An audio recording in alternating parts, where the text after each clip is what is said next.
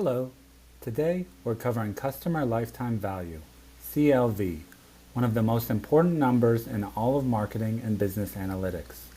Once you understand it, you'll have a completely different framework for thinking about marketing budgets, retention investment, and which customers are actually worth pursuing. It sounds like it might involve complicated math, but I promise it doesn't. By the end of this, you'll know how to calculate it, how to use it, and how it changes the way you make decisions. Let's start with the problem. Most businesses have a reasonable sense of their average order value, how much the typical customer spends in a single transaction. What far fewer businesses know is how much that customer is actually worth over time. And without that number, every marketing budget decision is essentially a guess. You might be spending $200 to acquire a customer who only ever gives you back $150. You might be investing heavily in retaining low-value customers while underinvesting in your best ones. CLV is the number that makes all of those decisions rational instead of instinctive. Here's the shift in thinking that CLV requires. Stop thinking about transactions and start thinking about relationships. When you look at a single purchase, you see its value in isolation. When you look at the full relationship, every purchase over months or years, you see something completely different. A customer who buys once during a promotion and never comes back is worth their order value, nothing more. A customer who stays for 3 years, upgrades their plan, and refers 2 friends is worth an entirely different magnitude. CLV is the metric that captures that full picture. Customer lifetime value is the total revenue a business can expect from a single customer over the entire course of their relationship. Accounting for how often they buy, how much they spend per purchase, and how long they remain a customer. The emphasis is on the word lifetime, not this month, not this year, but the whole relationship from first purchase to last. That time horizon is what makes CLV such a different and more useful lens than any single period metric. CLV answers 2 questions that sit at the center of almost every marketing decision.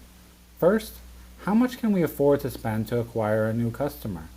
If you don't know what a customer is worth over their lifetime, you have no rational basis for your acquisition budget. You're just spending and hoping. Second, which customers are most worth investing in to keep? Not all customers are equally valuable, and without CLV, retention investment tends to get spread evenly across a customer base that isn't even close to even in value. CLV makes both of those decisions grounded instead of gut-driven. Let's calculate CLV for a brand from a previous video. FreshBox is a meal kit subscription service. Subscribers pay a monthly fee, stay for varying lengths of time, and some refer friends who become subscribers themselves. Subscription businesses are actually the clearest and most intuitive illustration of CLV because all the inputs are visible. You know the monthly revenue per subscriber, you can track how long they stay, the math is clean. By the end of this video, you'll have a complete CLV picture for a FreshBox subscriber. To calculate CLV, you need 3 numbers. The first is average purchase value. For FreshBox, that's the average amount a subscriber pays per month. The second is purchase frequency, how often they buy in a given period, which for subscription is simply the number of months per year they're active. And the third is customer lifespan, how long on average a customer stays before canceling. Those 3 inputs go into the formula together. Get all 3 right and the CLV calculation follows directly. Here's the formula: CLV equals average per purchase value times purchase frequency times customer lifespan. For FreshBox, let's put in the real numbers. The average subscriber spends $78 per month. They're active for 12 months a year, and the average subscriber stays for 2.5 years before canceling. So 78 times 12 times 2.5 equals $2,340. That's the expected lifetime revenue from the average FreshBox subscriber. That's a very different number from the $78 you'd see if you looked only at a single month, and it changes how you think about every decision related to that customer.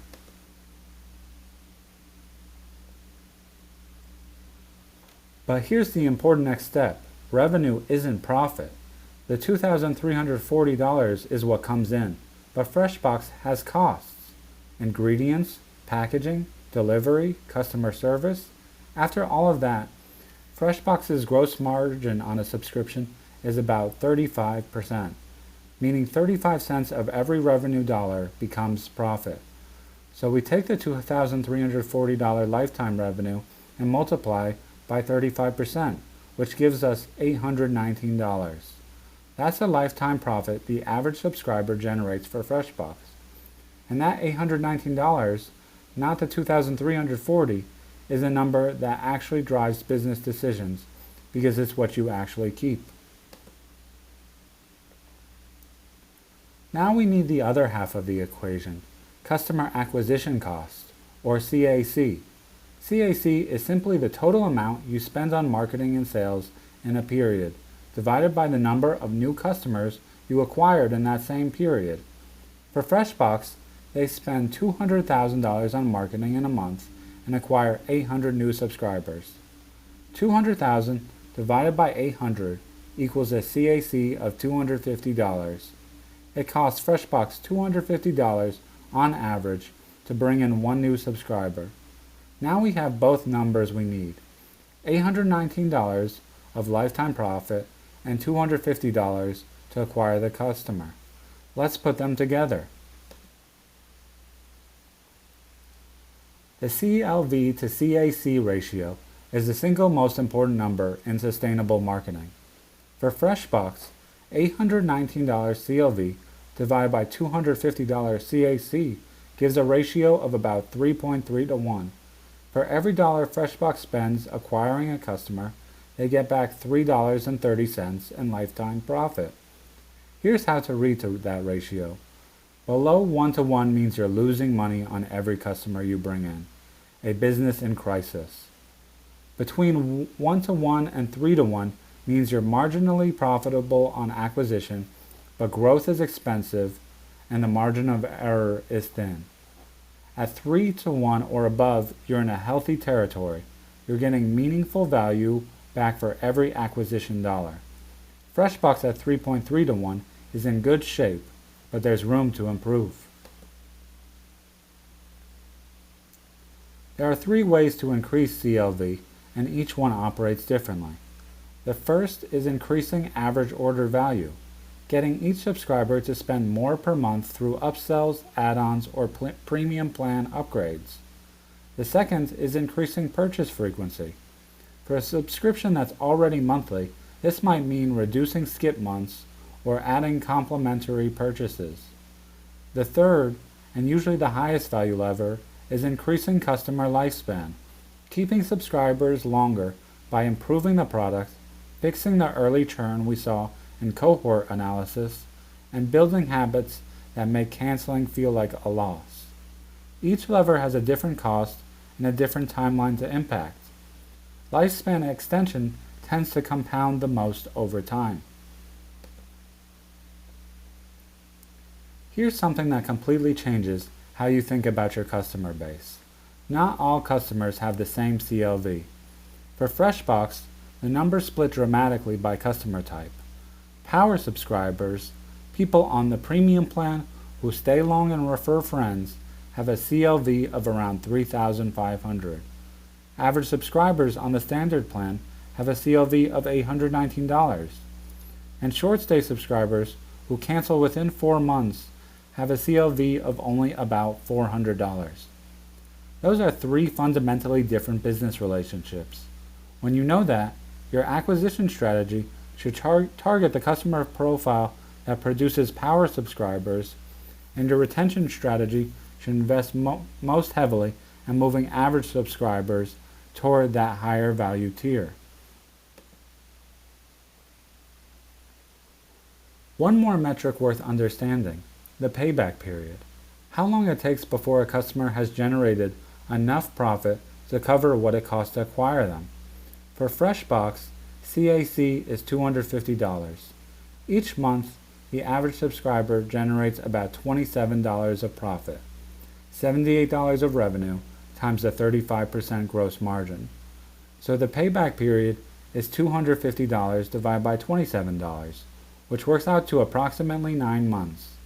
That means FreshBox doesn't break even on a new subscriber until month 9. Every subscriber who stays beyond month 9 is profit. Every subscriber who cancels before month 9 is a net loss.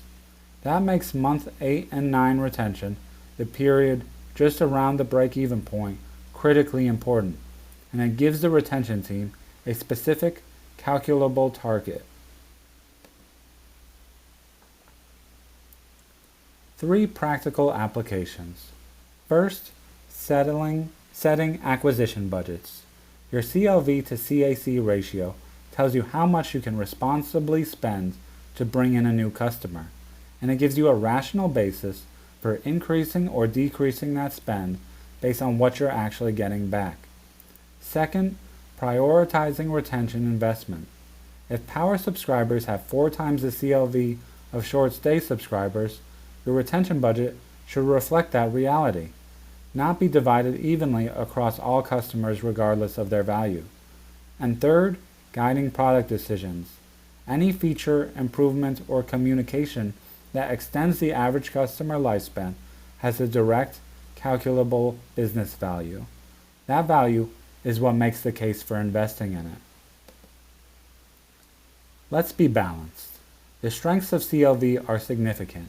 It makes marketing budgets rational by grounding acquisition spend in actual customer value. It connects retention directly to business outcomes in a way that's easy to communicate to leadership. And it guides investment prioritization across acquisition, product, and retention in a unified framework. The limitations are equally real. CLV is a prediction based on historical averages, not a guarantee about any specific customer. The calculation is only as reliable as the data behind it. Bad data produces a misleading CLV number that leads to bad decisions. Newer businesses without much historical data will have less reliable estimates. And standard CLV calculations don't capture the value of referrals and word of mouth, which can be a significant source of value for brands with strong communities. 6 things to take with you. The formula: CLV equals average purchase value times purchase frequency times customer lifespan. Always multiply by your gross margin to get the profit CLV. That's the number that drives decisions. Compare CLV to your customer acquisition cost and aim for a ratio of 3-to-1 or better. Calculate your payback period so you know exactly when a customer becomes profitable, and protect retention at that critical window. Segment CLV by customer type so your investment reflects the actual value of distribution in your customer base. And pull the 3 levers: order value, purchase frequency, and customer lifespan to grow CLV systematically over time. Get this number right, and every marketing decision you make becomes grounded in something real. Thank you for watching.